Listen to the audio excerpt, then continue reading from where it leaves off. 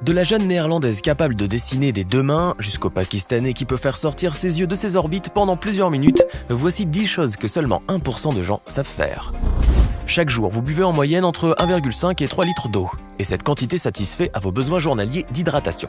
Mais supposons qu'avec un ami, vous releviez le défi de boire plus de 4 litres d'eau, et ce d'un seul coup. Si vous tenez assez peu à la vie pour entreprendre une telle folie, il y a de fortes chances que vous perdiez connaissance ou que vous soyez victime d'une mortelle intoxication à l'eau. C'est que votre estomac ne peut contenir plus d'1 litre en simultané. Le vôtre, pas celui de Dixon Opong.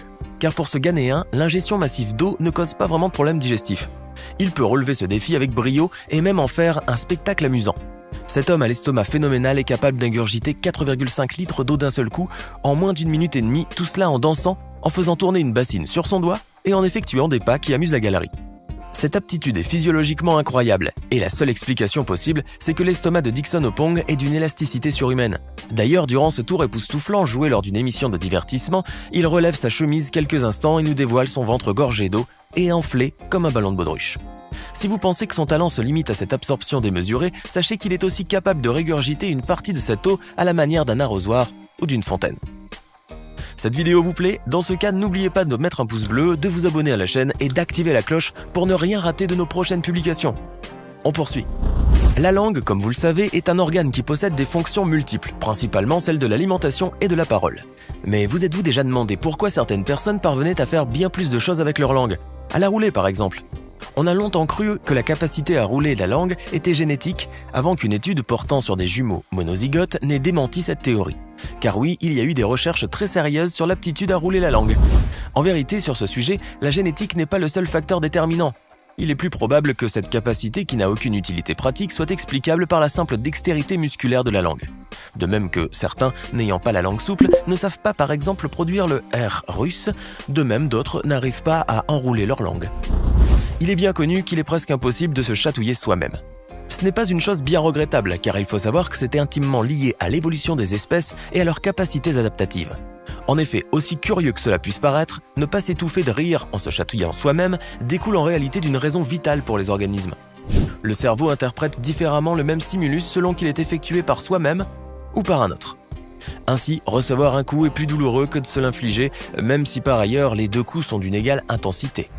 Or, ce mécanisme permet de mettre en relief les stimulus venant de l'environnement afin qu'ils ne soient pas confondus avec les conséquences de nos actes moteurs. C'est donc une caractéristique hautement utile. Mais supposons que vous vouliez tout de même vous chatouiller. Pour cela, il vous faut vous tromper de cerveau. C'est impossible à moins que vous ne soyez schizophrène. En effet, les patients souffrant de cette pathologie ont du mal à différencier les sensations extérieures et celles qu'ils produisent eux-mêmes. Pour vous chatouiller vous-même, il vous faut un robot. En remuant un objet avec votre main droite, vous donnez lieu au mouvement d'un second objet, par exemple une plume, dont l'extrémité caressera la paume de votre main gauche. Mais s'il en faut plus pour déjouer l'habileté prédictive du cerveau, entre votre mouvement et le stimulus reçu, il doit y avoir un délai imprévisible. Et voilà, le tour est joué. Vous parvenez à vous faire rire vous-même, ce qui est, reconnaissons-le, un pouvoir qui ferait rêver n'importe qui. Cependant, gare à l'excès, n'allez pas mourir de suffocation ou de crise cardiaque à force de vous tordre de rire, car de telles morts sont moins rares qu'on ne le croit. Connaissez-vous le Chair Challenge? Ce vieux défi sur les réseaux sociaux intrigue beaucoup de monde à cause de ses résultats surprenants. Pour le relever, placez-vous face à un mur à une distance qui équivaut à 3 fois la taille de vos pieds, puis dans l'intervalle, placez une chaise et tournez le dossier soit à droite, soit à gauche. Penchez-vous et reposez votre tête contre le mur en veillant à ce que vos jambes restent droites. Prêt?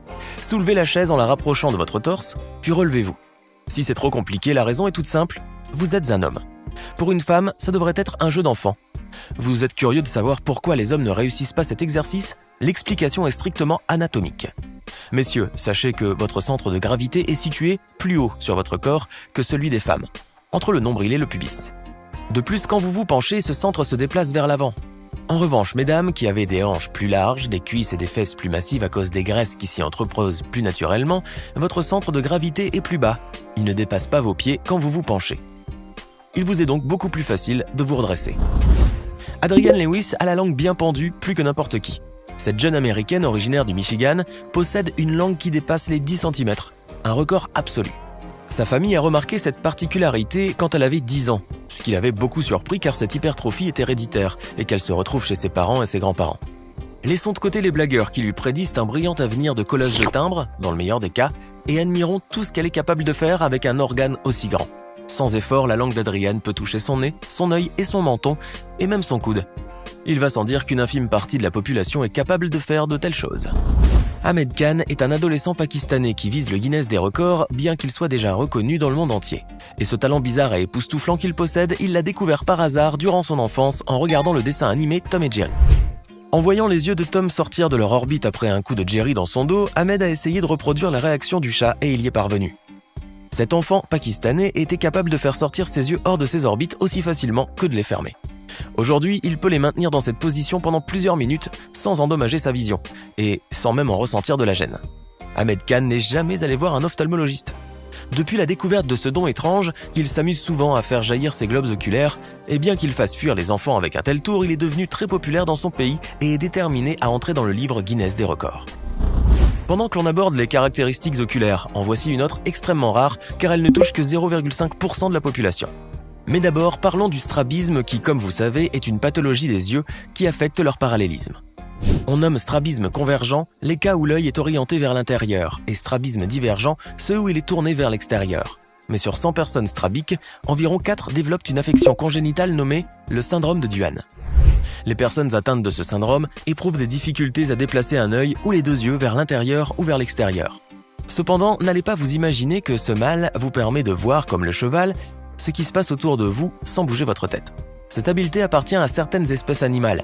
En réalité, si vous êtes extraordinairement malchanceux et que vous êtes atteint du syndrome de Duane, alors vous allez devoir pallier le déficit de l'œil droit ou de l'œil gauche en tournant la tête d'un côté ou bien de l'autre.